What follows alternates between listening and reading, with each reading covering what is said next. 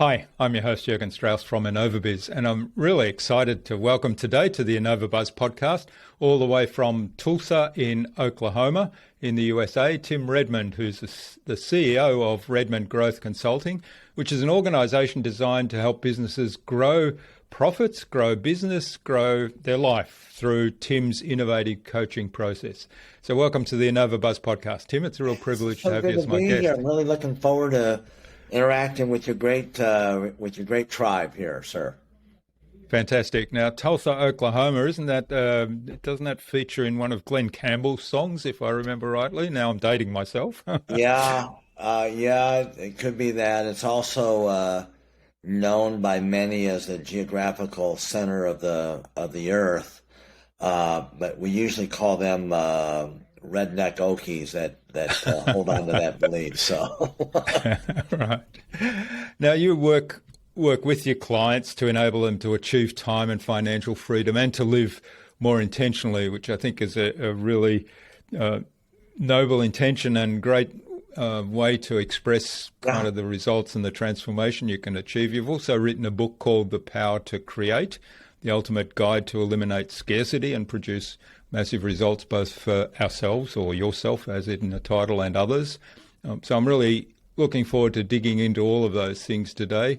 Now, before we do that, and I'll kind of couch this question. I was watching a movie yesterday and I was like, wow, that's very profound. So the people were at a funeral of a loved one, and somebody made the comment, when somebody close to us leaves the world, their impact on us remains forever. And so I'd like to ask you, what's the impact you're making on the world? Well, okay, so depends if you talk to my wife or you talk to my clients, my happy clients, and then those clients that are in the middle of a squeeze. So you'll get a variety of, the kind of impact that I want to make is I really want to be a catalyst to activate leadership. To activate creativity, to activate ownership within people. When people own their life and they own the challenge, they may not be responsible, they may not have even caused it, but they have a mindset of making best what's set before them, making a stepping stone rather than a stumbling block of the challenges they face. I think that I don't know if my memory would go on forever, maybe eternally or spiritually, but I'm not sure. I mean, I love people that passed on with me. I suppose there's part of them in me here, but I don't have that grandiose of a vision. But I do want to help people in the here and now with moving beyond just making their payroll. I had one guy just come to mind now. He's 67, true story. He builds sheds in Arkansas. Arkansas is a state right over from Oklahoma, and we do have roads in here. It's a fairly new development in our parts of the world. I'm just playing. But anyway, he was generating about $100,000. But he was clearing about 5% profit, and that was without paying himself anything. So he's basically paying himself a labor of the profits of a $5,000. Well, now we've got him up to about $600,000. A couple years into it, it's about $600,000 a month, and his profit is right around 18%, sometimes as high as 20%. So he's clearing $100,000 in profits. Okay. And so he's now come alive now. He's thinking about leaving a legacy for his grandkids and his kids. He's taking his wife to places they've always dreamed of going, but they can never afford it. He's giving to his local church, and there's some activity, I think the recreational center, some youth outreach they're pouring into. And so he's living large and he's loving it. Yeah. And so it's to create those stories. That's the kind of impact I want to make. Yeah, that's. I love those stories, and I always reflect on that, because if I look at some of the success stories that I've had in my business, and similar to that one, you know, you've made an impact on that person's life, but in doing so, you've enabled them to make an impact on so many other lives, Right. which they wouldn't That's the idea. which they wouldn't have done without It's making like a that domino, transformation. really. Yeah. It is, yeah. Domino fall, just it affects a lot of other things. So really, the kind of work that we do, you and I, is really we're enabling people to chart completely whole new futures. And it's not just some metaphysical thing. It's tangible, measurable. I can do this now. I had one guy that he was an electrician up in the Kansas City area, again, U.S. He was cranking out about $125,000 a month, but no profit. He's paying himself a good salary, no profit. And so we worked for several months. He's been a client of mine now for several years now, but he's now hitting between 400,000 and 500,000. Actually, he just hit a 600,000. We'll just say 500,000. I don't want to make it bigger than what it is. He's at about $500,000 a month now, and he is really consistently hitting that 20%. And so he's making $100,000 a month. And he texts me and he said, he's about 40 years old. He said, I'm starting to dream again like I did when I was 20. That's wonderful. So that's the kind of impact that's measurable and it's fun. And he's actually started another business. He wants me to get involved in that. So we're now good friends. I like to become friends with the people I coach. We work together. And so anyway, that's the stories I like to see and be part of. Wonderful. Well, that's certainly, there's a big impact there. And as you say, it's got a domino effect when you have that kind of impact on one person. They transform and they can have impact on a whole lot of other people. Right. Exactly. Yeah. So talk to us a little bit about your Power to Create coaching system, which is, I guess, the core of the work you do with people, and you've documented that in the book. I didn't know if you're going to bring this up, but boom, I've got it right here. Here's the there it is, yeah. And then I've got a curriculum. There's some technology we used a few years back called DVDs. I'm actually in the process of making this available online in English. It's American English, so it's a lower form of intelligence for you Australians.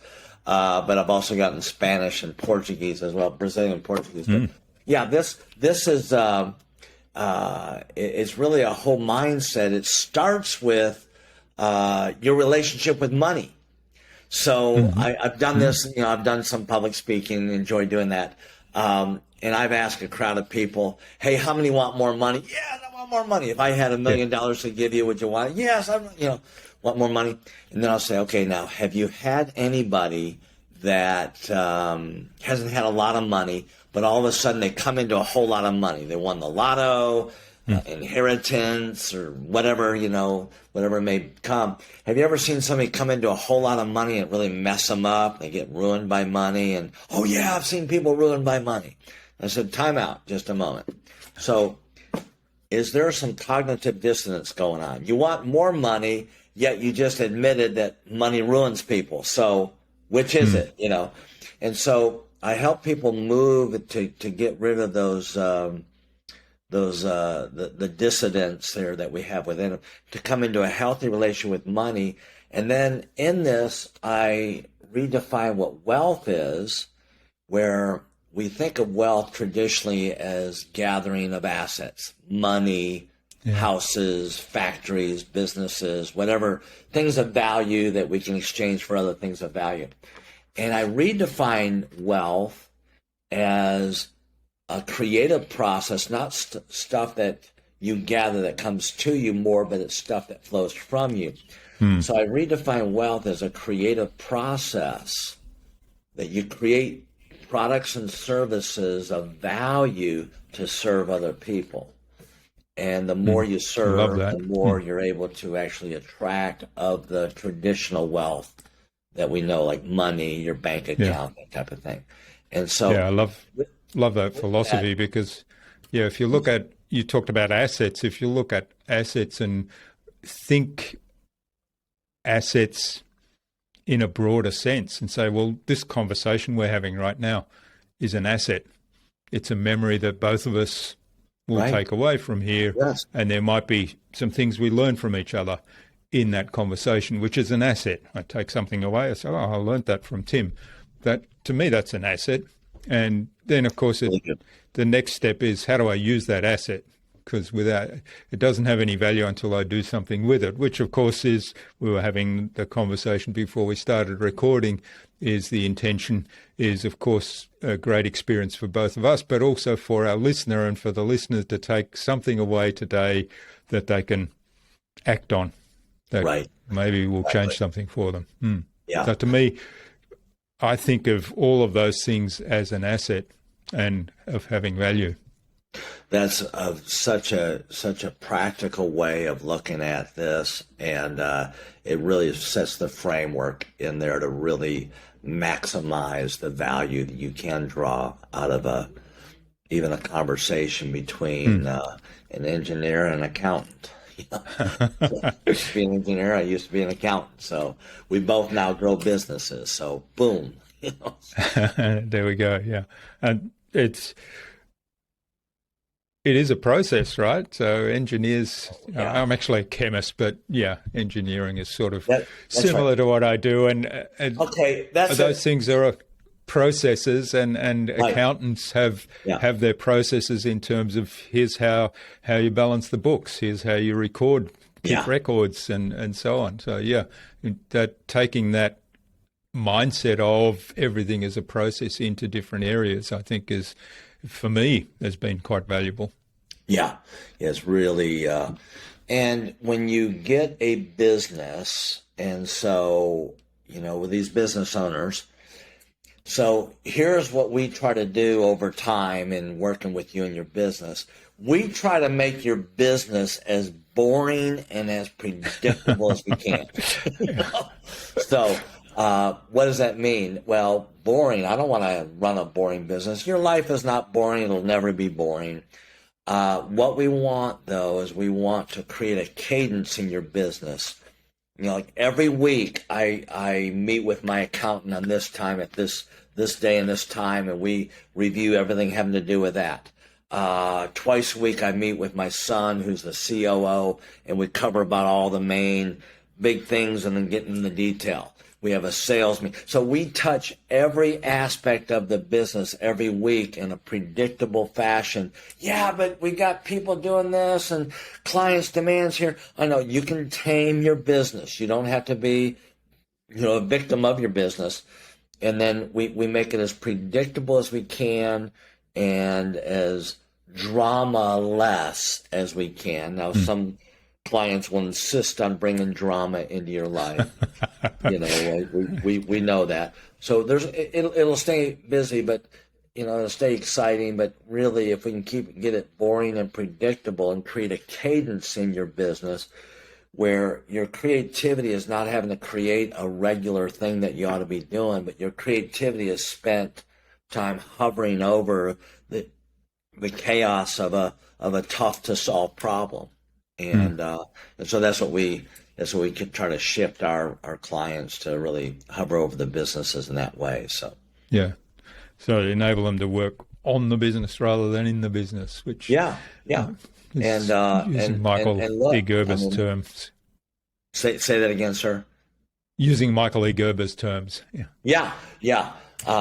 Just E-Myth, love that whole thing, and really, like, for me, we were working on our business. We're kind of stuck on some things. And so I had to work on the business, but I also got involved in the business to really know how to best work on it. So it's not, you're not losing when you're working in the business. Right. Yep. You just want to make sure you have a healthy balance of working on the business to fashion. You want to re-engineer it to be able to serve you. And this is somewhat controversial to some, but I believe the number one purpose of your business is to serve the owner of the business. And so, but the owner's got to serve their clients, got to serve their customers, got to serve their employees well, or the business won't serve you. But we want to make sure the business is providing you a lifestyle and demands on you that is in line with what you want. It's realistic. Like I had some plumbers out in Denver. When I first met them, they were working 90 hours a week, and they didn't really have any money to show for it, working their butts off. And now, a couple years into it, they're approaching $700,000 a month. They've got many months where they're north of 25% profit, EBIT, so earnings before taxes. And they got $1 million in the bank here. They've never had any money to set aside with. And but that comes through following a process, a whole process of one thing after another, that we get the business calmed down, and really now it's serving them in a way that they can have a lot more discretionary time. Wonderful. I love these stories. Now, a couple of the things you talk about in the book, The Power to Create, are kind of looking at this self-awareness aspect. So enabling people to be more clear about what it is, what's their exceptional gift, what's their unique gift, and then give them the confidence to strengthen the relationship with themselves, if I could put it that way, but also then to put that out in the world. Here's my unique gift. Here's how I can help you. And I think that's a critical part of some of those stories you've told before of that second stage. So you can transform the person, but then enabling them to transform their business by serving their clients the best that they can, and being uniquely placed to be the person or the business to serve those clients. So talk to us a little bit more about that aspect of the self-awareness. Well, it's really, is it okay if I have an angle of talking about that in terms of leadership? Can I go absolutely. there for a little bit? So, I heard one guy, John Maxwell, says everything rises and falls on leadership, everything. And your business, your success, your marriage, your relationship with your kids, everything that's important to you rises and falls on leadership. So I like to define what leadership is, and I always begin inward. So leadership is first an inward process before it's an outward process. Effective leaders first go inward before they go outward. So I say that leadership begins with learning to lead yourself, and how you feel about yourself, how you feel about your challenges, how you feel about when things go well, things don't go so well. You have a relationship with the world around you. You think either the world's for you or it's against you, or maybe somewhere in between. But all that, the way you feel about yourself and the way you feel about the world around you, some call that an emotional state. It's how you feel. That's how you feel about yourself and how you feel about the world around you. And so I like to say that leadership is a moment-by-moment management of your emotional state. You have only one of two states to be in. Either it's a positive or negative. Either you can or you can't. Either you're capable or incapable. Either it's possible or impossible. And so you're approaching your business, the difficulty, a relationship issue or challenge here, either from one of those two mindsets. And your emotional state, I like to say this, whoever has the most dominant state dominates. And so you actually color the world around you. You create an environment around you with your emotional state. So it's that moment-by-moment management. And I like to also say that leadership is really improving your looks. and it's not so much how you look after you get your Botox injection. There you go. Beautiful. we need to see. I understand you also dance on the top of your desk, though, so we want to see that in this podcast. So no, it's not necessarily how you look in the mirror, but it's how you look at what you're looking at. And you're looking at that from that emotional state, from either you can or you can't. Either it's too big or you're going to conquer it. Even if you don't know how, you know that by leaning into it, you're going to figure it out. Confidence comes by having the courage to go forward on your commitment and just do it afraid. And there's a lot of business owners here that they're waiting for that one decision, and they're waiting for things to be perfect. Do it afraid. Do it when it's a mess. Do it when it's imperfect. Just get moving. So I don't want to turn into a motivational speaker. There we go. We actually do live in a van down near the river. No, it's probably wouldn't make sense in Australia, but your American folks here with Chris Farley would appreciate that, Saturday Night Live. So anyway, but really what we're talking about is, you've got to, that self-awareness is you're aware of your emotional state. You're aware of how you feel about yourself. You're confident or lack confidence, and you've got to have rituals where you build yourself up. And I like to tell people that so many times we build a case against ourselves. Why? Because every time we make a mistake, we're right there to see it.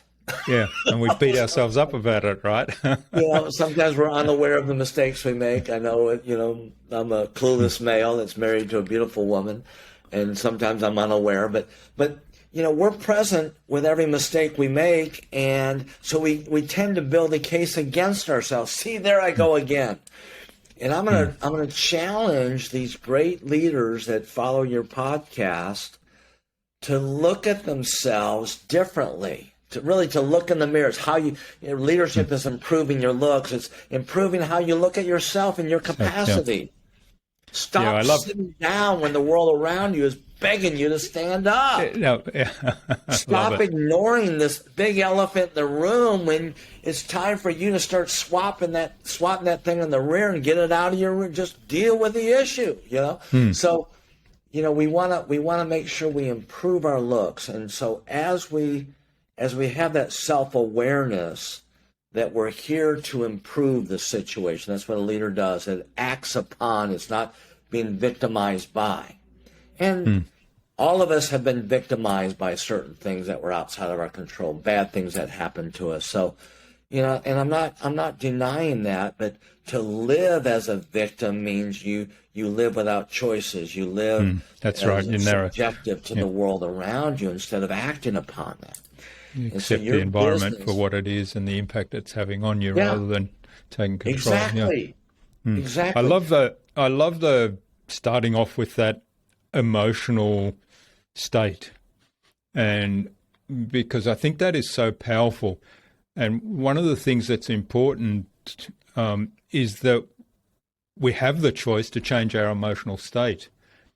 And that doesn't mean to say that, for example, I don't feel sorry for myself from time to time, or I don't feel sad and then go into it's going to be a bad day today,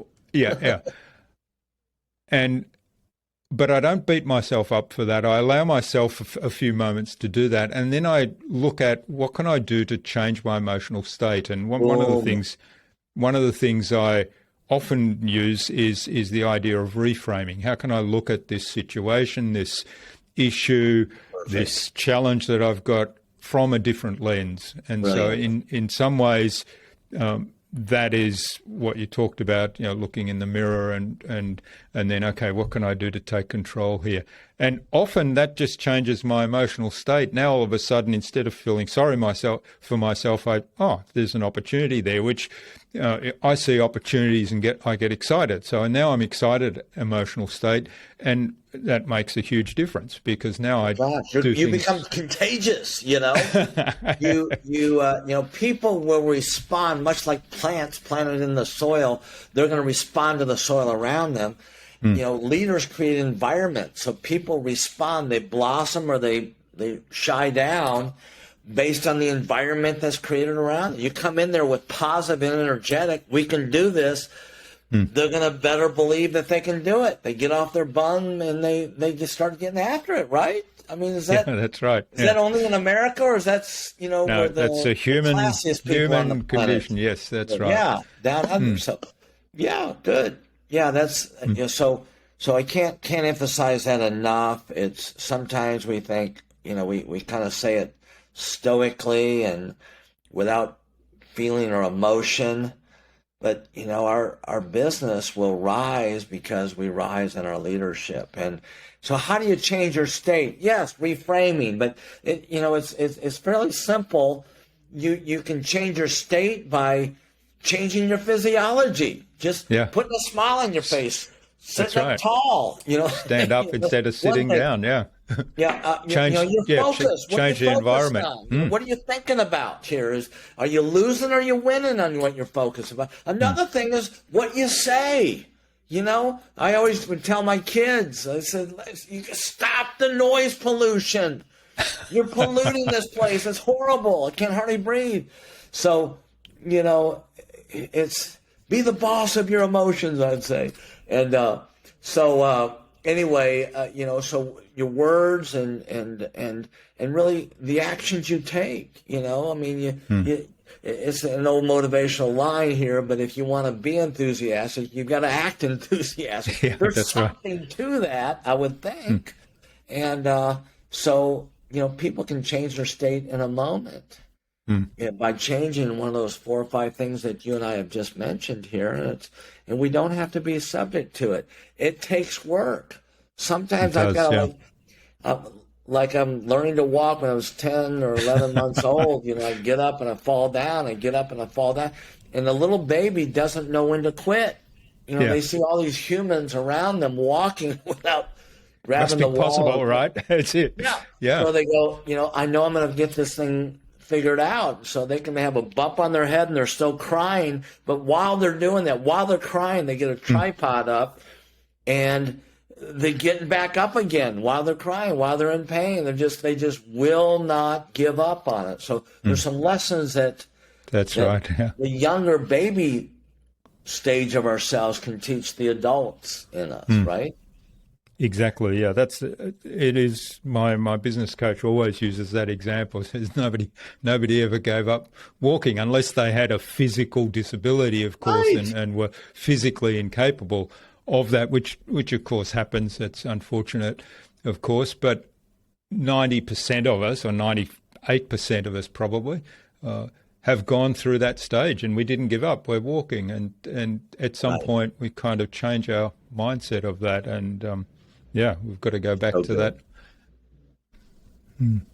Very good. Yeah, I'm in total agreement with what you're saying on that, for sure. All right. Well, this is fantastic, Tim. We could go on talking for ages, digging into the work you do in the book, but I think it's a good point now to move on to the buzz, which is our innovation round. It's the same 5 questions I ask of every guest, and the idea, of course, is that you'll leave our listener inspired to take some action as a result, to do something awesome today as a result of your answers. Well, let's give it a shot anyway. Excellent. All right. What's the number one thing anyone needs to do to be more innovative? Okay, well, innovation is just rearranging what's already there. And so I have this concept called forced creativity, where whatever we're doing, I'm going to force myself to make that no longer an option. If I didn't do it this way, how else would I do this? And so it's that concept of forced creativity, that you disown a current established way you doing it just to force you to think of new venues or new avenues of getting that done. That's interesting. I've never thought of approaching things that way, but that I can see that working really well. Yeah, basically take away what works and say how else can you do? You can't do that. So how do you achieve that result? It's fascinating how the brain works.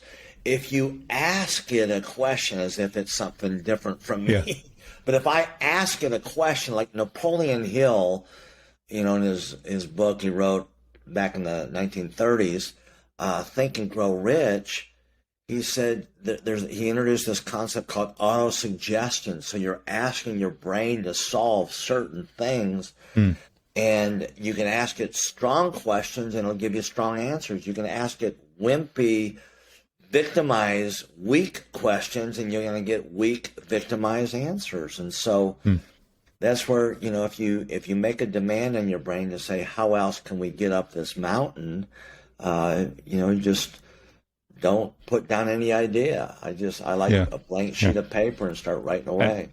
And it reminds me that I think one of the things that has come up a lot in this conversation around innovation is the idea of resourcefulness. And there's a German saying that kind of my parents used to use it a lot. We used it a lot with our kids. And it's like every time somebody solved a problem in a really unique way, in a resourceful way, and it might have been a little thing like how to, the kids doing silly things to eating their food or something like that. And we'd use this saying, which basically says that everybody that isn't resourceful is lost. Right. Yeah. And it's those simple thoughts that just hopefully wakes you up to say, what state do I want to be in? And, misery loves company, but you're not getting my company. So, it's just, excellent. Become the change you're seeking. All right, Tim, what's the best thing you've done to develop new ideas? Well, I do that forced creativity thing. And so I have, just scratch pads. Sometimes I'll do it on a Google Doc on my computer. I like to read advertisements is the proper pronunciation. And so I look at how are people selling whatever idea they have. So I'll say, well, what is the idea they have and how are they selling it? And what's the mode of persuasion? And it just gets me thinking. I also like to read novels. I'm more of a practical, I'm how-to books and these biographies and all that kind of, those kind of books. But I like to read novels because novelists are so creative in telling a story. And there are certain novels and certain movies I watch that just, boom, they just get my thinking going. Yeah, I love it. I do. I always take away. I admire people that are able to use stories and metaphor, particularly in a way like bringing a story in that at first doesn't seem to bear any relationship to what we're talking about or the topic, but then they kind of capture your attention, weave that in, and then all of a sudden you've got this magic lesson out of that's relevant to the topic you were there for, but you didn't realize that was happening as they were going through that story because they've captured your attention. Yeah, I love masters of metaphor. There's several of them I think about, and those sneaky little guys, they come up and they tattoo your brain with that thought that it's kind of like a song that you keep singing and you can't get rid of it. So that's the power of mastering metaphors. I love it. Yep. So reading novels and stories, good storytellers. All right. Do you have a favorite resource you use most often? Well, you mean resource like a tool or? It could be a tool I mean, people have been creative with this one and said all kinds of things like their team or people in general. I love our team meetings where we're brutally honest. One of the number one core corporate value we have is ownership, extreme ownership. Own your stuff. I've heard it spoken in probably less noble ways, but probably more realistic. And but I believe that the sound of progress is the clashing of ideas. So look, just right before this meeting, I was having a meeting with my son, who's the COO, and we have been remiss in our homepage of our website. We don't don't put a whole lot of value in that, yet we help do that with our other clients. So we ought to take our own medicine. So we were reformulating our whole new homepage of our website, and it was a clash of ideas. And we didn't even necessarily see eye to eye on certain things, but in that, don't be afraid of disagreement and even conflict and the clashing of the sparks that fly, because sometimes, some idea shows up perpendicular to what you're arguing about. And so, boom, that sometimes it doesn't show up until on the other side of some type of clashing that's going on. So I say my team meetings. Also, when I get up really early in the morning, so I go through the Bible every year. So I go through, there's several chapters on that. That gets me grounded on that. And then I read some inspirational. So this is Viktor Frankl morning this morning. So I went through and finished the Man's Search for Meaning. He's got a couple of chapters, whole chapter on logotherapy and the study of meaning. And then I went right into another book he wrote called Yes to Life. And so it really gets me thinking. People that have thought a lot, and then they reduce that down to just a couple hundred pages of a book. It's like, man, this is like amazing, just to have access to this. Yeah, well, we talked earlier about legacy, right? And there's so much legacy there in what people have recorded over the millennia, in all kinds of forms, and of course books are one really valuable form of that. I just realized another thing I do is if I really like you or I'm wanting to get to know you, I will suggest that we read a book together and we just digest it, after each chapter, after so many pages.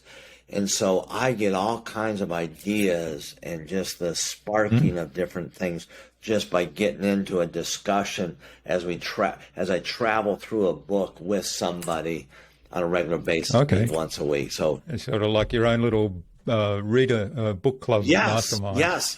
I've got one book right now that I'm going through independently with 4 different people right now, just because I really want to nail down this book. So fantastic. What book's that? Well, it's a new one. I really love this brain of Donald Miller. He is got like a marketing, story brand thing. But I first got turned on to him as one of the masters of metaphor, in a book he wrote, I think, in his 20s called Blue Like Jazz. It's 21 essays about spirituality and his walk with God, and it was hilarious. And it was just a mastery of metaphor. And so I'm going through a book from his now called Hero with a Mission. And it's really, just really well written. Everything he writes is just superb. Yeah. Thought-provoking. I haven't read that yet. That's on my reading list. Oh, there we go. But yeah, maybe I'm a big fan of his other books. Yeah. Yeah. Excellent. All right. What's the best way to keep a client on track, Tim? A client on track. Okay. Well, I know what we do is we'll get real clear on what do we want to accomplish this month. What needs to be fine-tuned. There's 3 words that I like to mention here with all of our clients know it is casualness causes casualties. So what in our business are we being casual towards that's creating some kind of casualties? So we get begin with the end in mind type of thought, and then we'll also get really asking them their desire. What do you want to see happen? And when we engage them in the problem solving, they get engaged here. Instead of because we're a do it for you coaching company. We're not just a do it with you or tell you to get it done. We do it. We implement a lot, but we like to get the client involved in creating the solution and to get that involvement. Another thing we do is we'll ask them point blank, what how would you evaluate your relationship with Redmond Growth? And what do you want to see more of, and what do you want to see less of? And where they begin to own the relationship and what they want to get out of it. And just had one of my coaches ask that. He said it was just magical, because we had just covered that in a coaching meeting not too long ago.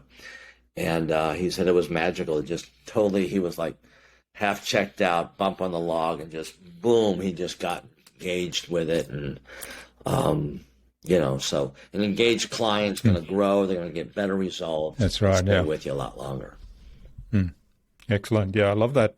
I love that way of getting feedback too. Yeah. All right. Now, what's the number one thing anyone can do to differentiate themselves? Okay. And did you provide these to me beforehand? These, I'm sure you did. I did, yeah.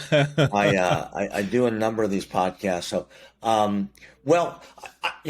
call it a purple cow. Seth Gooden calls it a purple cow. So I'm borrowing from him. And so, how do people know you? I've got one plumber that we work with a lot of contractors. And I got one plumber, and he pulled up, and I came out to meet him, and he's got below his logo, he says, "We wear belts." And I go, "Well, what's that for?" Well, we want to ensure that nobody sees our butt cracks, because plumbers are known to show to the world very shamelessly their butt crack, So anyways, we actually built his purple cow around that somewhat. Yeah. And we called it a no butt crack guarantee. So if you see our butt crack during the time that we're working on your house or business or whatever the property is, if you see it, labor's free, So people are calling him up and laughing and says, "Well, you're the no butt crack guarantee guy, right?" Yeah. They're laughing, and then I'm in, So it's good to on a serious note, to ask yourself, what exact and specific pain does your customer, does your ideal client, most likely buyer, have? I was doing a podcast, and some coach was listening, and I don't necessarily coach coaches. I don't mind getting on the phone with them and helping them out, but from time to time. But that's not really my business. Is built on more brick and mortar kind of companies. And so she was like, "Hey, how can I improve my coaching?" And so I said, "Well, I went to your website and I listened to a couple of your YouTube videos, and you're too much of a generalist. I know you can help them out if they hang out with you, but you don't give them a clear enough reason to want to call you." I said, "Now, people will stop and talk about what they're in pain about. If you grab their pain and you seem like you really understand it, boom, you're going to get their attention. So get super clear on what the pain is your client has, that you'll make that pain go away. And that will differentiate yourself there, because there's too many generalists, and we're coming into what I'm calling the economy of coaching. What do I mean by that? That coaching is not just what I do for a handful of clients. I've got about 150 clients that we work with, and we're growing, and thank goodness for that. But it's things, things are going to get done through a coaching organization. Like right now, I'm a coaching organization. I mean, we're good coaches. We get great results. Yet there are 4 coaching organizations currently working with us right now to help us solve very specific things. The best get better because they get coaching. And so there's so many of these coaches that just, they're generalists. And I like to say this, that you're going to widen your reach by narrowing your focus. Get really clear on the pain that you help go away, and go after that pain. Do you have this pain? If you have this pain, come talk to us. Within 3 minutes, I'll make half of it go away, and then you have to pay me for the second half, or whatever. So you've gotta have a compelling way to get their attention, and when you can address their pain accurately and empathetically, then you're gonna catch their attention a lot better. That helpful? Yeah, that's great advice, and the niching down and being more and more focused around what is the pain that you help solve. Yeah. It's counterintuitive that gives you growth, but it is true. And every time I've gone through the exercise of, and I've done it several times during the course of my business, of saying I want to focus more tightly on a particular area. Every time we've done that, it's resulted in a spurt of growth rather than going backwards. Yeah. It's quite amazing. Magical, and it does require just a little bit of focus, a little bit of hard work, and then when you identify that, talk to your potential clients and test certain lines out on them. I had one guy that he was a partner in a tax firm, a tax preparation firm, very, very successful, the largest in Tulsa actually, and I don't want to give too much up on this partner, but he's a very, very successful guy. And he was telling me that he was sitting next to some guy for 5 years at Chamber of Commerce meetings. And the guy turned to him just a couple weeks earlier before our session. He goes, "By the way, what is it you do?" And I said that nobody should ask that question after they've seen you the second time. Come on. Yeah. And so we had this conversation, this like a 15-second elevator speech, but it was more of a engagement to get them engaged. And if somebody says, "Well, what do you do?" and let's say his name is Bob, "What do you do, Bob?" He says, "Well, when you do taxes and preparation for taxes and have to pay all that money and get all those records together, is that a good time?" "Oh, I hate that time." He said, "Well, I'm the guy that makes all that hassle go away. I make it as easy as possible, and I lower your tax bill as much as possible. People love me." They go, "That's interesting. Tell me more." So boom. So we want to make sure whatever it is, the pain that you make go away, get real clear on that.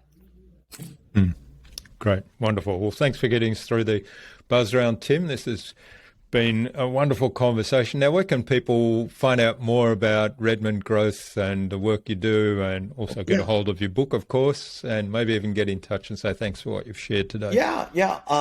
Well, our website is Redmond Growth, and it's Redmond, Redmond, like the city where Microsoft is based, and redmondgrowth.com. They can email me directly, Jurgen. They can email me at Tim, Tim, at Redmond Growth, and I'll answer it. And if I don't get right there with it, I'm usually busy chasing my wife around, and I'm hoping she wants me to catch her. But once I'm done with that, I'll return the email. And now also, this is probably it's not going to be forever. Redoing our website, so I think we're going to change this. But the number on the website is my cell number. Or if they look under the Google My Business, that they go out to Google and they go Redmond Growth Coaching or Redmond Growth Consulting, they'll see our Google My Business show up, and that number is my cell number. And by the way, you'll see over 400 5-star Google reviews from other types of business owners that use this. But what we would like to do, if your folks want to get a hold of me and they watch this, and if they give you a 5-star review or just say, "Hey, I love Mr. Strauss," they connect with you in their email or phone call with me. We have a process, we call it a growth plan, and we evaluate your strengths and weaknesses. We look at your where you're at versus your capacity, where you can be. We look at your 3-year growth that you'd like to get to. And based on all that, we create a growth plan that's going to give them 8 to 10 concrete action items. That if they act on this, with or without us, if they act on it, that'll add at least $100,000 of profits to their business in the next 12 months. If it's a bigger company, even more. And so we normally charge, because it's very potent and it's very, I mean, we're very generous with what we share with you before you pay us on that. We waive that $2,500. We normally charge $2,500 for that. We waive that $2,500 fee, but we still give you the same growth plan. So if you ask us for the growth plan and you identify, you know, the InnovaBuzz, they mention your name, however they connect with you, we'll waive that $2,500 fee. So, oh, that's wonderful. Anyway. Very generous. Thanks, Tim. So there you go. If that's something that you think can add value to what you're doing, get in touch. We'll have the links in the show notes. Get in touch with us. Get in touch with Tim through the podcast. Make sure you leave a review or leave a comment on the show and point Tim in that direction, just so he knows you've actually listened to our conversation and taken away some of the nuggets. And speaking of nuggets, is there one specific action you'd like our listener to take away and do something with, so that they actually make a transformation as a result of our conversation today, Tim? What comes to mind is dream big and take the next small little step with massive boldness. Just get busy with it. Dream big, get to work today. Yeah. So ask what's the dream, and then ask what's the next step I can take, and let's do that today. Massive action. Get that underway. Yeah. Yeah. And you talked earlier about building momentum. Just keep moving. Builds momentum, right? Good stuff. Yeah. Fabulous. And finally, Tim, who else should I get on the show and why? Let's see. Well, there's a guy that's not actually from the U.S., but he's been spending a lot of time in the U.S. A good friend of mine. He's got a couple businesses going. His name is Elon Musk. So do you want me to get him connected there? I'm just, I hate when people name drop just to make themselves look good. I was just talking to Oprah about that yesterday, and this is cornball. Well, if you could introduce us to both of those folks, we'll we just lost take up half the your audience right there with that cornball humor. Let me think about that. There may be a couple of my clients that may want to be on here, you know, and that they've really grown their business and they've done a lot of smart things. And, but yeah, let me think about that, because I want to, other than Elon, nobody else is coming to mind right now, but I right. Okay. Well, we'll keep in touch and see who you suggest. And certainly if you can introduce us to Elon, that'd be great. He is on my kind of dream list of somebody to talk to. But I understand you can Twitter him, and he's pretty open to most feedback here. So yeah, I might have to pay for that privilege though soon, apparently. Yes, who knows what's going to happen with that? It makes it interesting anyway. Yeah. All right, Tim, this has been a lot of fun, and I've really enjoyed our conversation today. Learned a lot about your approach, and there's been a little bit of witty humour in between, but I think there's lots of great takeaways that our listener can turn into action today. So thanks again for sharing all that with us today. Thank you, sir. All the best for the future, and let's stay in touch. I hope so.